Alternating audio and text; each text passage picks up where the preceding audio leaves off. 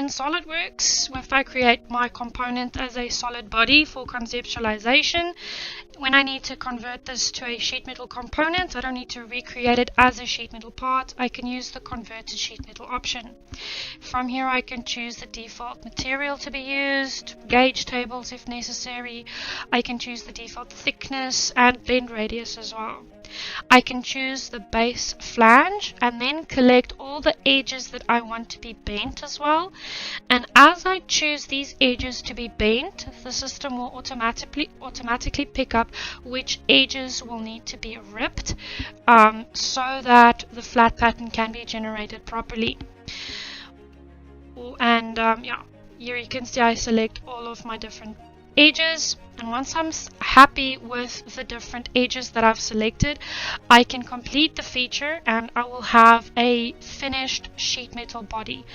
This sheet metal part can then be flattened. I can unfold it to create and add extra cuts on here. This is a completely sheet metal part now, so I can use any of the sheet metal features on my tab and go and generate the necessary details and save my DXFs.